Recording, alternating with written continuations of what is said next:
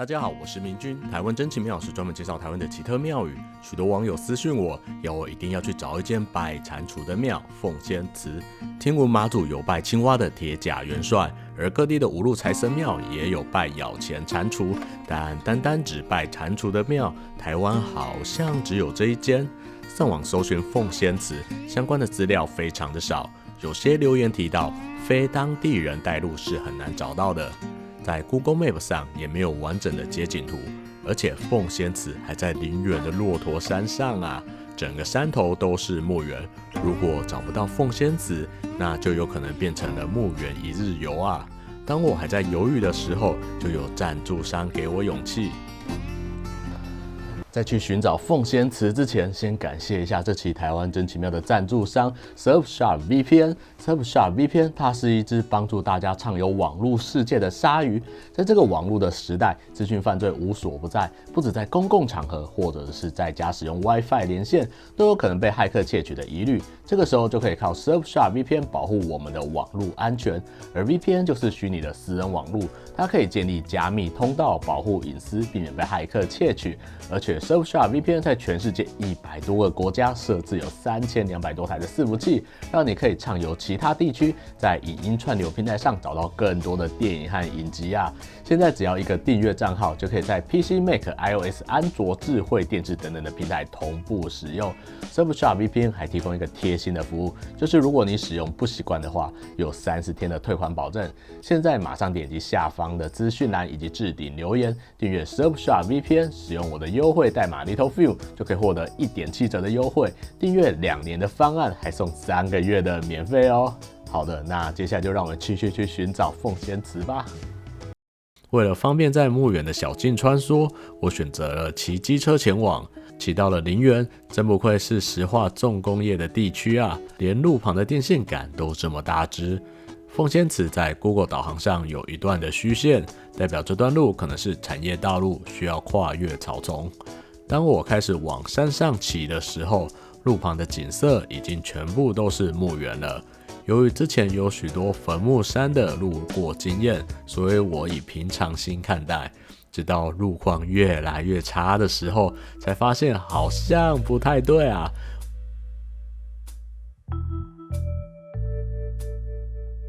我骑到了导航最后的位置，眼前已经没有任何的路了，只有左右两旁有被树林覆盖的小径。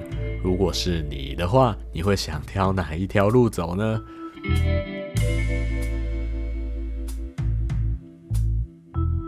一开始我选择左边这一条，走进去之后发现有树木倒塌，整条路都挡住了，于是我退出来往右边的这条路走。走在这种杂草丛生的路上，我真不敢相信我是在找一间庙啊！上头的天空被树林包围，树林里非常的安静。走在这里担心的并不是什么周围的坟墓，也不是什么魔神仔的魔法攻击，而是担心有蛇或是有狗之类的物理攻击啊！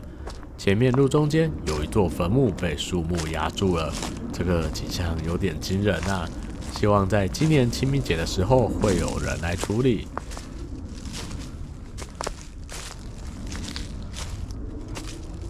最后走到底，发现没路了，我依然没有找到凤仙祠。我失望的当下，差点以为是坟墓一日游的时候，发现左边看起来虽然杂草丛生，但似乎有人类走过的痕迹，只不过树枝太多，所以我先放下相机，小心翼翼地穿过树丛。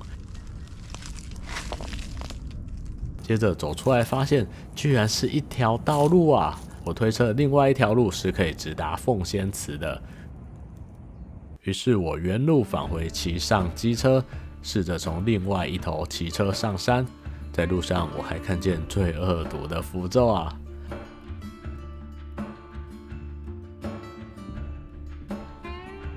另外，这段山路在下雨天过后非常不建议骑车上来，因为路面非常的颠簸，天雨路滑，可能一个不小心就会倒车。后面整段路我都是双脚稍微垫脚尖辅助骑车。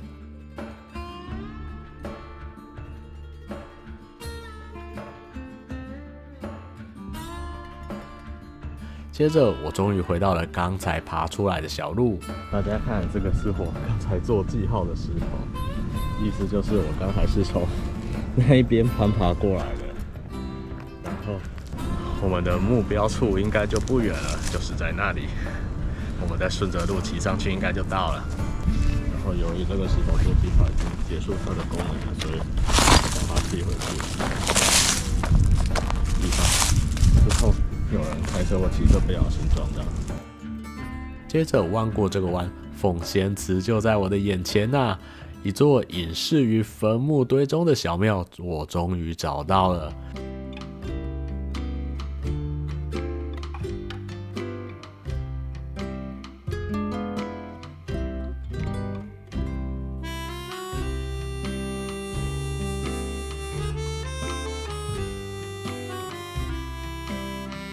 小庙里面的神像就只有这尊蟾蜍雕像，也真的是挺特别的。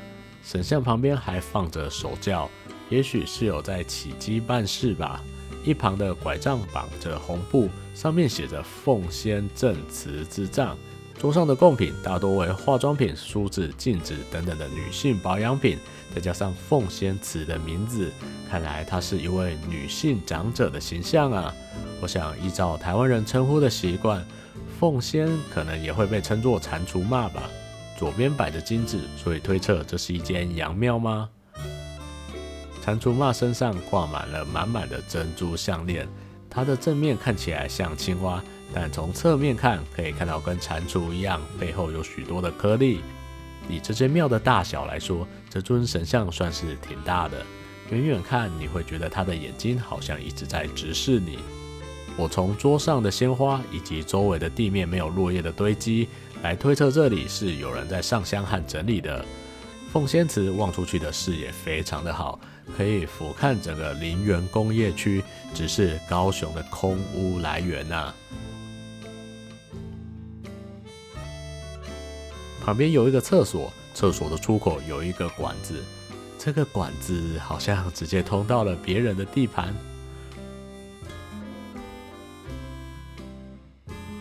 前方有一棵很大的树，不知道这是什么树。树的后面有一个墓，看起来是已经被迁葬过了，里面有被凿开的迹象，而且旁边还挂着一个手轿。这里最不缺的就是手轿啊。奉仙祠的由来我找不到相关资料，根据当地人的说法，奉仙祠是建于大家乐盛行的时候，赌客为了求名牌所盖的庙。因为民间信仰中认为蟾蜍的谐音猪吉和秋吉有点相似，所以一般认为蟾蜍会咬钱。